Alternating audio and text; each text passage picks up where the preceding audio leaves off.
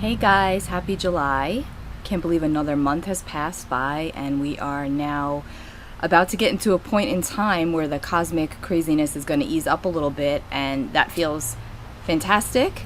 But of course, we still do have some things that are going on, so I wanted to just tune in here and talk a little bit about the current energy. We also have a full moon eclipse, lunar eclipse. It's the last of 3 eclipses. This eclipse is in the sign of Capricorn. Normally, eclipses are in pairs. Every couple of decades or so, we're situations where we have 3 in a row. And this, of course, 2020 had to be the year where we have 3 in a row, right? So this is the third of a series, right, of 3. We had the first lunar eclipse full moon back on June the 5th, which was in Sagittarius. And then we had the new moon solar eclipse on the summer solstice, June 21st.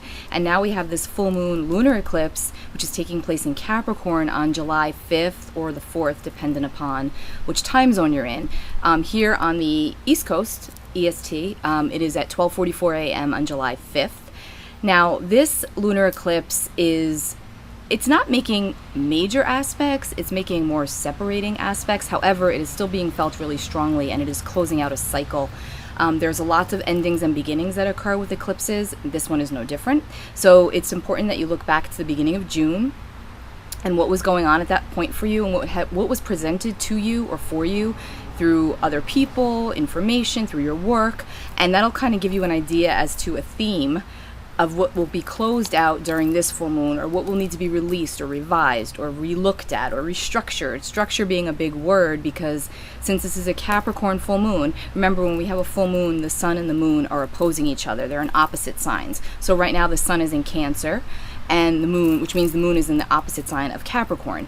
And Cancer is considered the maternal sign of the zodiac. Cancer is the mom. And then Capricorn, the opposite sign, is the dad of the zodiac. Capricorn is the paternal energy. And when you look at a chart, the 10th house is at the top of the chart, and that is the house that Capricorn rules over. And Cancer is at the bottom of the chart, which is the 4th house. So that's the inner world. That's like the hidden worlds. That's what goes on inside. Those are our foundations. That is what makes us feel safe and nurtured and at home. Home is not always a physical, right, thing. Home is also emotional. Home is also it's internal as well as external. So a lot of questions and issues and maybe some challenges are being highlighted at this full moon, because full moons kick everything up. They exacerbate emotions, intuition, impressions, feelings of all kinds, for better or worse. And because it's Capricorn, it's asking us, and Capricorn, remember, is ruled by Saturn, and Saturn is not where we want to see the moon most of the time, because it does give like a sobering feeling to it. This full moon is also trining Uranus, so there could be some breakthroughs, some positive, innovative breakthroughs about new ways of doing things, redoing the old paradigms, restructuring, changing our trajectory, looking at new ways of doing old things, because we're also in a lot of retrogrades at the moment.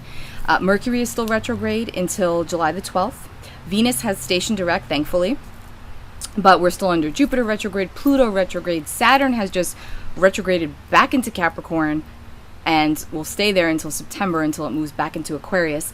So we've got a lot of Capricorn energy right now, and whenever we've got Capricorn energy and the moon is in Capricorn and it's a full moon and it's an eclipse, it's like this sobering feeling of we need to get real. We need to make things work. We need to revise what is not working. We are still under Mercury retrograde, which is about revisiting, revising, redoing. Mercury being in Cancer right now by itself can be like a Mercury retrograde, on top of the fact that Mercury actually is retrograde, and Mercury rules over communication. So when the planet of communication is in the intuitive realms of Cancer, it can sometimes be difficult to verbalize what we feel or verbalize what we know, or to communicate in a way that's healthy. With Cancer, with Mercury in Cancer, it's more likely to be internal, subliminal, under the surface. And like Cancer the crab, it's like our claws come out and we attach ourselves to the old paradigms, the old ways of doing things. And this full moon is asking us to release all of that, to release what's familiar, to release what's comfortable, and to move towards a brighter future, more innovative, with things, with the optimism and the foresight to try to do things in a different way, in a different manner.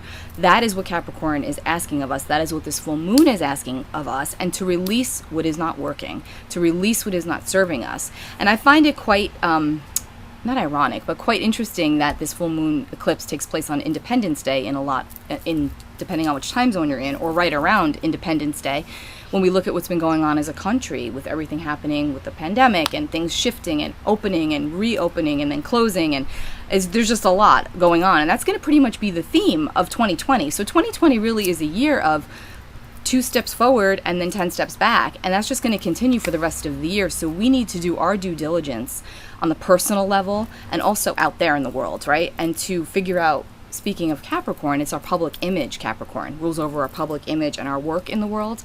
So we want to also be looking at what are we contributing for the greater good and the external. And then also with the sign of Cancer, it's what are we contributing in the internal world, and what are we doing for our home, and what about our family and our foundations, and what's important and who's important, and how are we going to integrate all of that to make it work together. Because remember, full moons oppose. So we want to kind of, instead of opposing, oppositions can be worked out, right? We want to come together and find a workable solution for all involved, for everything involved. And we want to tie up loose ends about what happened at the beginning of June, or what information did you receive that put you on your path, or maybe took you off your path. And now this eclipse, this full moon, is about releasing what has not been working and bringing in more positivity for what will be working. The month of July is actually going to be kind of a breath of fresh air, especially as we get towards the middle of the month, because Mercury will station direct. Like I said, Venus has already stationed direct, and that was a big one that messed up.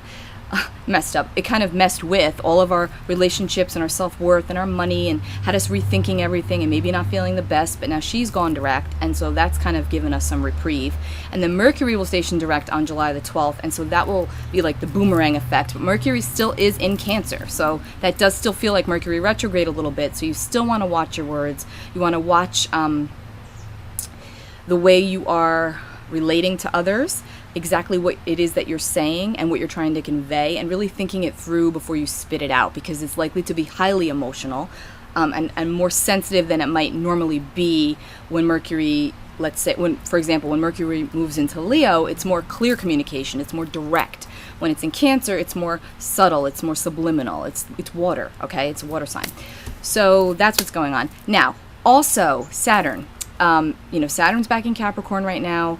So again, it's like in its last legs of Capricorn. We're not going to see Saturn in Capricorn for a really long time. When it goes back into Aquarius in September, it's like full throttle, step on the gas. So this is the time to do the work, to look at how are you going to backpedal and make things work in a way in which they weren't working before. So you have like another 2 months for that, okay? So this is the time, while Saturn's back in Capricorn, retrograding back through Capricorn, where you really want to pay attention to those areas of your life. Could be more than one, could just be one, doesn't matter, but whatever is personal for you, to figure out, how can I do this better? How can I make this work? I messed up here, but now I want to set this right and set this straight. There's definitely a somewhat of a feeling of heaviness that could be attached to this full moon as we move through the emotions of our lineage, of our family, of our what we call family. Who is our family? What do they represent in our lives? And then working through those emotions, because at the end of the day, the only way out of anything is to actually go through it. And that is for everything, right? So this full moon's asking you to release, like Cancer the crab, right? Holds on, right? It clings with its claws. This full moon's actually asking you to be like the mystical sea goat that Capricorn represents, and climb up that mountain, knowing eventually you will get to the top of the mountain, but it will not be without hard work, because anytime Saturn's involved, anytime Capricorn's involved, it's about being studious, it's about being diligent, it's about crossing all of our T's and dotting all of our I's and making sure that we get it right. And we're being gifted another chance right now with the current astrology to backpedal and really go back and look at what might not have worked, and now we kind of have this little chance here. So we've got a little time frame, I would say like 4 to 8 weeks, where we can do it right, redo it, revisit it, say what needs to be said in a very practical manner, to try not to get too emotional, to try not to let emotions get the best of us. Again, depending on your own personal birth chart, this looks different for everybody. Because if you're a person who has a lot of water emphasis in your own horoscope, in your own chart, you're going to be very emotional right now with Cancer energy. You're going to feel sometimes like you can't quite convey what's in your heart. And that's difficult, but so write it. Do whatever it is that you need to do to get it out in a way that's constructive and not destructive. That's really important. Full moons also really kick up the emotions, guys. So this one definitely, because it's Cancer season, it's like, you know, what am I feeling? Half the time we don't even know what we're feeling with the way that the current astrology has been. It's been confusing. It's been very confusing.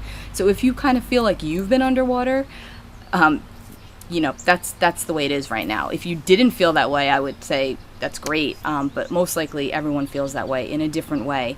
And learning what we can control and learning what we cannot control and trying to release some control is really important right now. I'm going to just pull a card real fast for this full moon. And full moon energy is very potent, like 5 days before, 5 days after. And eclipse energy, honestly, I don't know. I feel like since the beginning of eclipse season, which was early June, I feel like, you know, it really hasn't let up much. So I'm sure many of you feel the same way. It's just been like this pot of intensity that's been going on. Feels very emotional. And there's been a lot of beginnings and endings and cycles coming to, you know, fruition. And probably a lot of you have been receiving epiphanies, downloads of things that need to be worked on and worked through. And maybe some of this is not maybe a lot of this probably has to do with childhood and the inner child. Remember, Cancer season is all about children and our home, not just now, but going back to childhood, to our roots, and seeing like why maybe we feel responsible for certain situations and certain people, and learning to take full responsibility for ourselves and only for that in which we can control. It's really important. All right, so let's get a card here. The Hierophant. This is the Fountain Tarot deck. So the Hierophant is a major arcana. Major is major. It's fated. It's karmic by nature. And the Hierophant is all about spiritual enlightenment and higher learning and finding a divine order in the chaos. So finding guidance for yourself through spiritual means, whether that's Reiki, tarot, astrology, intuition, meditation, any practice for you that takes you deeper into your center. That's where you want to go right now. That's what's going to get you through. The Hierophant also represents faith. So it's all about our faith, and faith is being tested left and right. Okay, guys, everyone that I've been working with, for myself, we are all being asked to have faith. And it's really difficult sometimes, but we have to look at the light at the end of the tunnel, because that is what's going to get us through. And even though this year has definitely been very crazy, I would say, cosmically crazy, and then for everybody, I know that there's been just a lot of personal situations and a lot of things going on. There's many beginnings, many endings. Just try to keep the faith and try to stay strong, and know that good times, just like the good times don't last forever, the bad times don't last forever. And that is really all I have to say, guys. I hope that you have a wonderful 4th of July. Stay safe. Be with people you love. You know, say what needs to be said in a delicate manner. Be there for yourself. Be there for the important people in your lives. And I will talk to you all real soon. If you would like a private consultation, my links are below, lisasalvatore.com. Be sure to sign up for my newsletter and my YouTube to be kept informed of new videos and discounts and things like that. I'll talk to you all real soon. Take good care of yourselves, guys. Bye.